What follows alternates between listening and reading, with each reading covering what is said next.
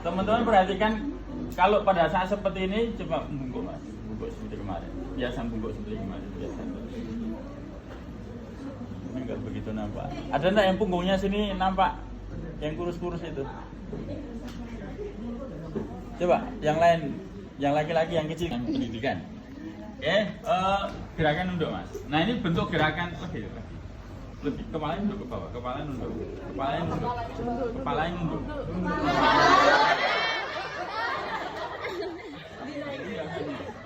Nah, ini merupakan satu rangkaian gerak untuk lumbung pelvic rhythm ya.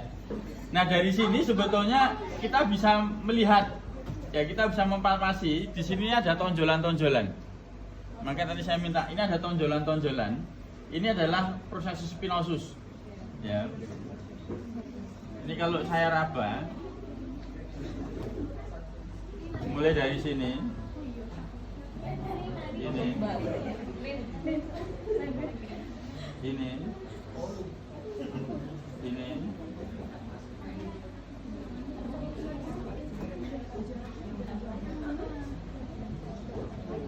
Ini teraba, tegak mas, tegak. Nah, proses spinosus itu kalau kita tandai begini, ini satu, ya. Ini merupakan kalau dalam posisi berdiri tegak seperti ini nggak nampak, ya kan? Kenapa nggak nampak? Karena ya dia tertutup oleh massa sampingnya ini, termasuk massa kulit dan intergumel lainnya. Tapi kalau membungkuk, nah ini yang saya anggap paling tampak di antara yang ada saya audisi tadi. Ya. Nah ini proses spinosus. Kemudian teman-teman bisa melakukan palpasi per tonjolannya. Ya. Ini nonjol. Ini juga nonjol. Ini juga nonjol. Ini nonjol. Ya. Nih. Ini juga nonjol. Di sini sudah nggak ada tonjolan, nggak nampak. Sudah rata. Ya. Terus fungsinya untuk apa? Fungsinya ini untuk menentukan level. Ya, kita tidak tahu ini proses spinosus vertebra keberapa. Nah, terus kita lihat untuk kosta 12. Kosta 12 itu kosta paling bawah. Jangan nanti ya, Mas. Jangan geli. Makin gitu makin kencang perutnya.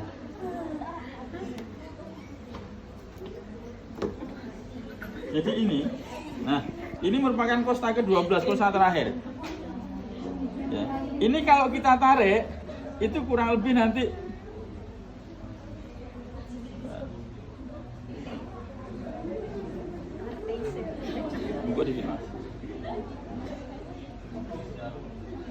nah ini kosta terakhir ini.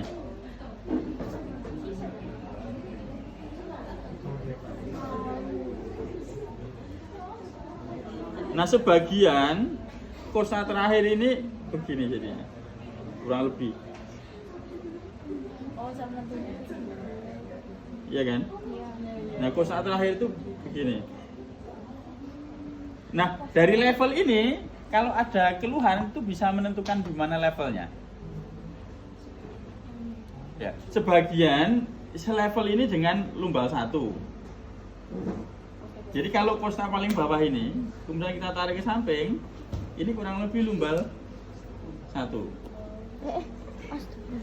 Lumbal 1. Jadi kalau ini mas apa namanya? Farhan bungkuk. Farel membungkuk, cuma bungkuk mas. Ya. Nah, ini kurang lebih ini lumbal pertama. Lumbal pertama. Jadi diambil sejajar, tapi kita ngambilnya dari kosta yang ke-12. Kosta 12, ya. Nah, dari kalau ini lumbal 1, ya kan? Kalau ini udah ketemu lumbal 1 berarti ke atasnya ini torak 12, ini 11, ini 10. Nah, kemarin di lumbung pelvic rhythm gerakan itu mulai dari 10, ini minimal 9 ke atas itu sudah tidak banyak gerakan. Kenapa? Karena di sini kostanya sudah kuat, ya kan? Di sini kostanya sudah kuat. Jadi praktis kosta ini mengunci gerakan vertebra dari vertebra torak 1 sampai torak ke 9 karena terfiksasi. Kenapa sampai 9? Karena 10 itu masih terikat. 11 itu kosta yang tidak terikat ke rongga dada, ke torak. Jadi ini kosta 11 sama 12 itu gantung, melayang, betul, melayang. Karena dia melayang maka dia tidak memfiksir atau tidak membatasi gerakan atau tidak terbatas gerakannya. Maka di torak 10, 11, 12 itu ikut gerakan di lumbal. Nah, ini digunakan ketika nanti ada keluhan berkaitan dengan nyeri lumbal atau nyeri bagian lumbal. Apakah levelnya sampai di torak? Apakah di torakolumbal? Torakolumbal berarti kan kurang lebih ini kan torak 12. Ini L1 berarti antara ini sama ini. Ini torakolumbal junctionnya. Ya kan? Nah, selebihnya ini sudah intervertebral lumbal. Baru nanti kita palpasi yang L5S1 itu. Ya, saya ulangi. Jadi palpasinya itu mulai dari kosta ke-12. Kosta ke-12 itu bisa kita palpasi, Mas. Nah, pokoknya kalau di antara celah ini kemudian ketemu tulang, mundur dikit, Mas. Nah, ini sudah ketemu 12 ini. Nah, biasanya kalau 12 itu kalau kita ambil garis lurus itu ketemunya lumbal 1. Ada sebagian yang lumbal 2. Tergantung kelengkungan kostanya masing-masing. Tapi rata-rata kan nggak 1, 2. Tapi kebanyakan di 1. Ya, ini di lumbal 1. Tujuannya apa sekali lagi? Nanti ketika teman-teman merasakan kemudian menemukan itu menjadi titik awal ke atas ke bawahnya berapa. Tergantung nanti pasien itu kalaupun mengeluh nyeri di level mana. Paham ya? Tujuan mempalpasi adalah salah satunya untuk memeriksa apakah ada problem di situ, terus yang kedua untuk levelisasi sampai di batas mana. Baik kanan maupun kiri loh ya. Kalau ke sebelah kanan ya ini sebelah kanan yang kita palpasi. Ini bisa dilakukan dalam posisi berdiri, bisa duduk, bisa berbaring. Tapi ini saya gunakan posisinya berdiri. Kalau pasien yang sakit pinggang biasanya saya gunakan posisi telungkup. Prosesnya sama. Karena anatomi itu tidak berpindah. Oke, berarti teman-teman proses palpasi nanti ini tentukan celahnya, kemudian ini cari iganya, ya, sampai ke atas, baru kita tarik, ditandai aja nanti di proses spinosusnya. Nah, kemudian dari sini, ini sudah bisa untuk menentukan bentuk, Mas. Sudah bisa menentukan proses spinosus keberapa. Pokoknya kalau proses spinosus itu pasti nonjol. Di antara dua proses itu cekung, tidak ada, masih ada cekungan. Coba sini tengah Mbak. Siapa yang mau nyoba? Saya mau nyoba. Ini cekungan. Kemudian kalau kita ambil ini cekung. Ini tonjolan. Kemudian kalau kita geser jari kita ke atas akan cekung, kemudian akan ketemu nonjol kembali. Jadi itulah nanti segmen sendi. Ya. Kalau kita bisa lihat itu nanti di sini ada garis persendiannya. Garis persendiannya antar tulang. Jadi kalau ini nonjol berarti ya di sini. Ini nonjol ini di sini. Ya kan? Nah, nanti ini menentukan letak facet joint. Jadi facet joint contohnya saya ambil gambar yang ini. Facet joint itu dari sini satu, ini satu. Jadi nanti begini, kanan kiri. Facet joint itu adanya di sebelah kanan sebelah kiri. Dari garis tengah vertebra ini. Paham nggak? Nah, seringkali pasien itu mengeluh tidak di tengah, tetapi lebih ke samping. Problem facet. Ya. Nah, secara anatomis letak prosesus spinosus kemudian letak facet joint itu tidak akan berpindah, pasti berada di level situ. Tinggal nanti diaplikasikan ketika nanti ketemu pasien yang memiliki keluhan seperti apa, ya tinggal kita menginterpretasikan. Sampai sini bisa dipahami? Jadi pertama teman-teman harus bisa palpasi proses spinosusnya, kemudian dari gerakan lumbar hitam tadi, terus posisi berdiri atau duduk atau telungkup cari kosta ke-12. Oh enggak, coba. Sudah dari kosta 12, ya kan? Nanti itu ketemu proses spinosus nomor berapa, baru kita akan titik ke bawah atau ke atas, selevel dengan itu. Sampai di sini bisa dipahami. Makasih Mbak Kenny. Bisa diterima? Terus yang ketiga kita masuk ke sendi lumbosakral atau L5S1. Kenapa itu penting? Saya dari belakang. Nah, kalau L5S1 kita ngambilnya dari krista dulu. Relax ya, Mas. Coba. Nah, krista itu bisa kita relax Mas, jangan ketawa loh ya, ketawanya nggak kenceng ini. Nah, di sini pasti ada celah ini. Ya kan? Celah itu di antara kosta sama krista. Nah, kalau celah ini kita dapatkan, ya. Kemudian kita ini akan menemukan batas tulangnya ini. Jadi, teman-teman kalau tahu capeng ini, kaca pinggang itu di krista. Maka kalau kaca pinggang di sini ini enggak medeni gitu. Tahu? Enggak menakutkan. Tapi kalau pas di krista itu menakutkan. Karena memang posisi angulasinya yang menakutkan di situ. Nah, krista iliaca itu bisa diambil dari tepian ini.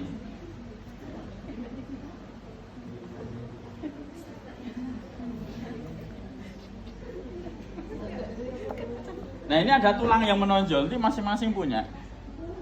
Kemudian ini kalau kita tekan ke belakang, nah ini, terasa Mas? Nah, ini batasnya ini, batas kristanya. Nah, ini juga batas kristanya. Nah, krista. Nah, krista ini kalau kita ambil normalnya loh ya, normalnya kalau kita ini krista iliaca sisi kiri. Ini batas krista. Krista ini kalau kita ambil garis lurus, itu nanti akan ketemu sendi L4 5. Jadi kalau krista ini ambil garis lurus ini biasanya sendi L4 L5. Maka kalau tadi ini L4, maka kalau ini ada nonjol, ini L5.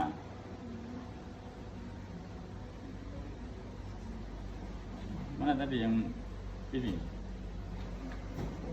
Enggak sampai gue nampak.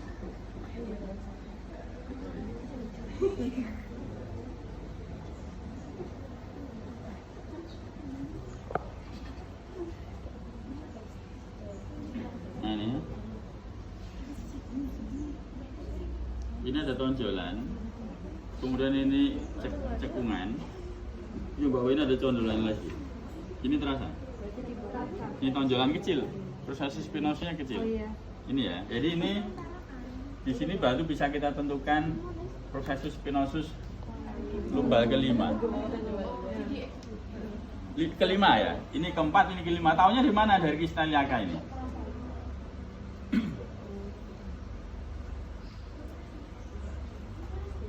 Lagi nanti kalau palpasi, nah ini kalau saya palpasi ini bisa masuk ke dalam. Nah, tangan saya bisa masuk ke dalam karena ini pas di kristanya.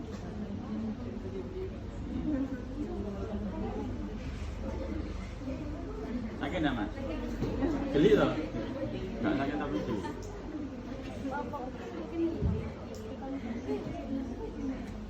Kemudian bungkuk Mas. Dari krista ini tadi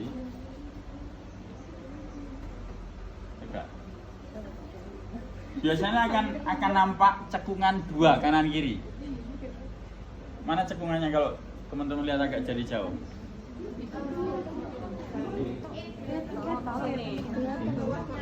Ini kan cekungan ini. Iya kan? Nampak enggak dari jauh? Pokoknya pasti nampak, biasanya nampak.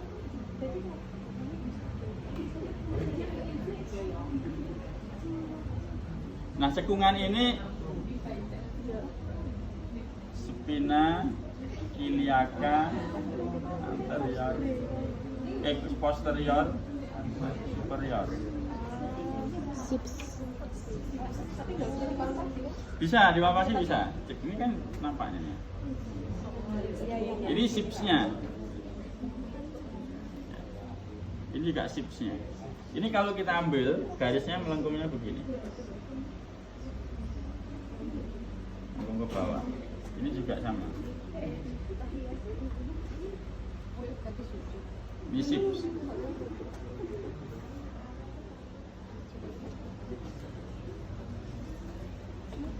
Kemudian dari sip itu nanti akan ketemu dari prosesus ini bisa kita ini sakrum, tumbuh sakral ya.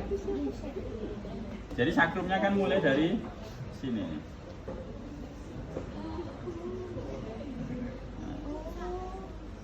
ini sakrum. Sakrumnya bawah. Nah, sacroiliac joint itu pas di sini kurang lebih. Pas di cekungan ini. Dekat siasnya ini, sipsnya ini, sorry. Ya. Nih. Jadi ini sudah bangunan sakrum sampai ke koksigel di sini. Ada beberapa pasien tuh kalau nyeri koksigel ya sampai kita masuk ke sisi di sini ini kan ada cekungan, kalau masuk ke dalam terus ada ini. Nah, ini tulang duduknya ini. Ya, ini tulang ekornya. Ini terasakan mas, ini nonjol. Kalau yang kurus ini nonjol. Nah, kalau kita masuk ke sini, itu nanti akan ketemu ujung dari tulang ekornya. Karena ujung dari sakrumnya nanti akan ketemu koksigel. Bisa dipahami? Poin pertama teman-teman bisa menentukan letak masing-masing tadi. Karena ini keluhan paling banyak tuh di regio ini. Mungkin ada yang mengalami sakit pinggang.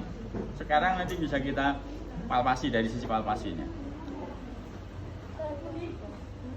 Ada yang memiliki keluhan sakit pinggang sekarang ini? Oke, kalau tidak ada, teman-teman saya tambahkan satu lagi, sias. Sorry, mas. Kalian. Nah, sias itu merupakan ujung dari ini. Jadi kalau krista ini masuk ke sini, kemudian di sini ada tonjolan gede. Nah, ini spina iliaca anterior. Ini sias. Ini ujung dari ini. Nah, sepanjang perjalanan krista ini merupakan tempat insersionya otot-otot abdominal, terutama ini oblik sama transvers. Karena otot itu tulang itu merupakan pelekatan otot, maka ini begini. Maka kalau ini ototnya gede, ini munculnya seperti ini. Yang six pack itu kan batasnya di krista. Batasnya di krista. Ya.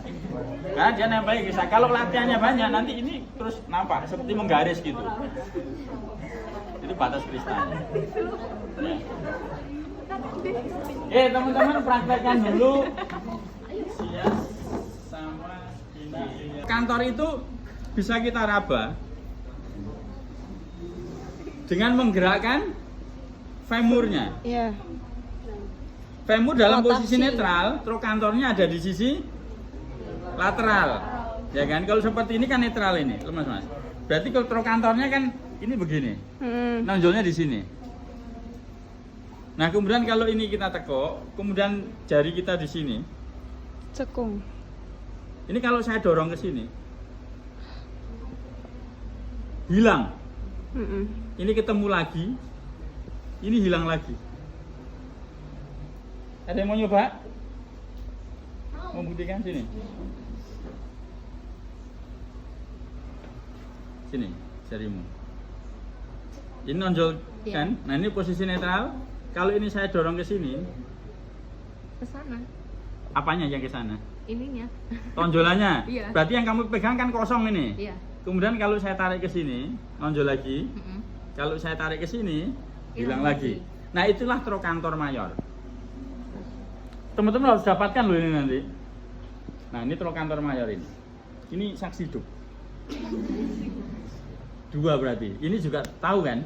Oh iya. Nah. Ini trokantor mayor.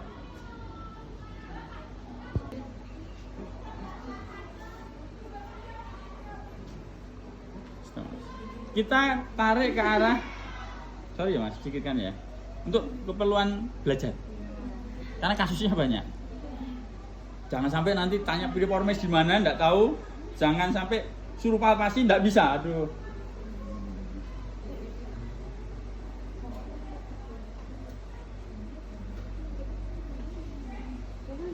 Baik, saya ambil garis kurang lebih.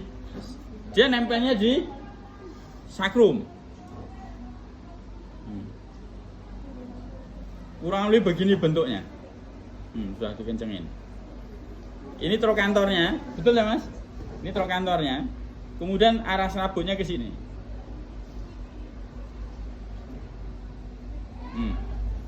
Kemudian palpasinya, relax mas, lemas, relax ini.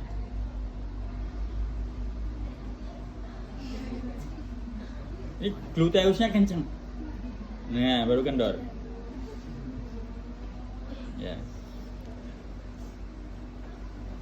Bedanya kalau gluteus itu yang ini, ya gede ini. Nah ini, makin ini diangkat, angkat mas.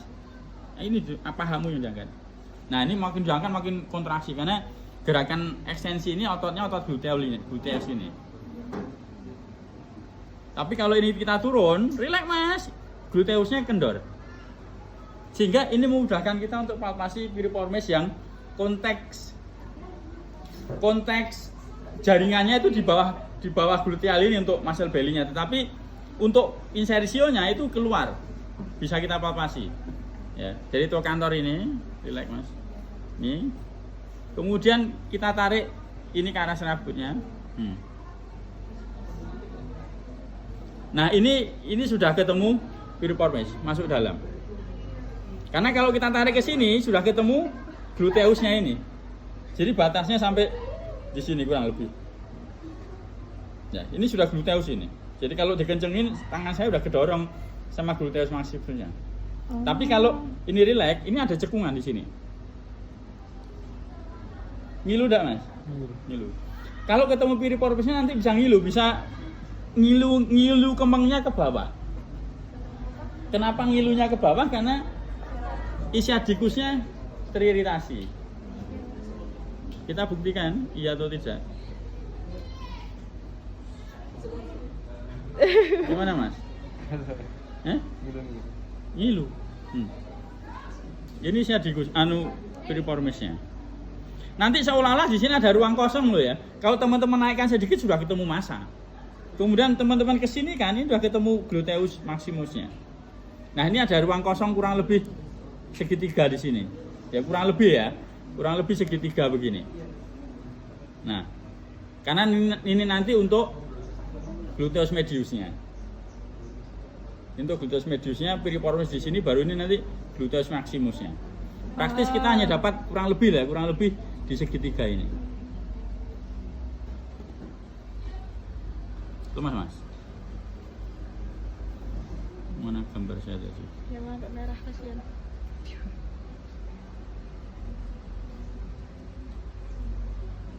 Terasa enggak mas? Saya bisa merasakan ini relax. Tapi kalau mau membuktikan, dia harus dieksorotasikan. Kalau dieksorotasikan, ini tegang. Kenapa tegang? Ototnya tegang karena ketarik. Iya. Kenapa ketarik? Karena terulur. Piriformis itu untuk eksorotasi salah satunya. Kamu sudah tadi kan palpasi. Kemudian dari trokantor ini trokantornya. Kemudian kita tarik ke arah pista ini. Kurang lebih di sini. Nah kemudian ini bisa kita validasi. Contohnya gerakan tanganmu, gerakan kakimu ke samping sana. Nah gitu. Pakai. Buat. Relax, lemas. Lemas mas. dorong, lemas, dorong, lemas, dorong. Oke, ini siapa yang mau nyoba?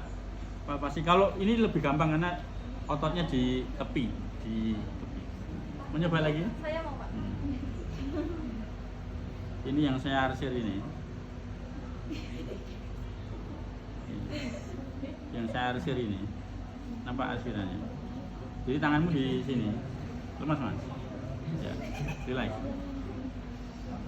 Kemudian dorong ke abduksi, Mas. Nah, Oh iya. lemas. Pelan-pelan aja, Mas. Dorong. Short. Relax. Lemas. Lagi. Lemas. Lemas. Dorong lagi. Nah, kalau ototnya di superficial, kita melihat validasinya itu dengan peningkatan tonusnya. Jadi ketegangan ototnya meningkat, maka ototnya itu berkontraksi dan itu sudah betul. Gitu ya. Jadi tahu tempatnya berdasarkan letak origo-insersionya. Kemudian kita gerakkan atau kita kontraksikan otot ini untuk abduksi hip. Nah, abduksi hip tapi kita tahan supaya dia isometrik. Gerak dikit, Mas. Nah, relax. Dorong lagi. Relax. Dorong lagi. Relax. Sekali lagi. Relax. Sekali lagi. Stop. Ini ototnya. Ada pertanyaan? Dua otot ini. Polanya seperti itu. Ini untuk ujian loh ya, sampai di ini aja lah, sampai di dua otot ini aja. Ujian praktek. Oh no, oke. Nanti yang saya lihat, yang saya nilai positioning kita ini. Positioning itu apa namanya? Posisi kita atas pasien itu. Kemudian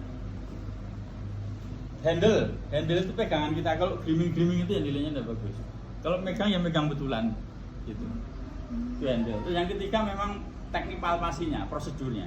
Itu bisa di Soleta sudah ada, tapi itu ada tambahan nanti ini saya tinggal kalau teman-teman mau print apa mau. Tapi di Soleta udah ada, tinggal download aja. Gitu ya. Terus yang ketiga ya apa namanya? Dari keseluruhan sikap, attitude-nya kita juga.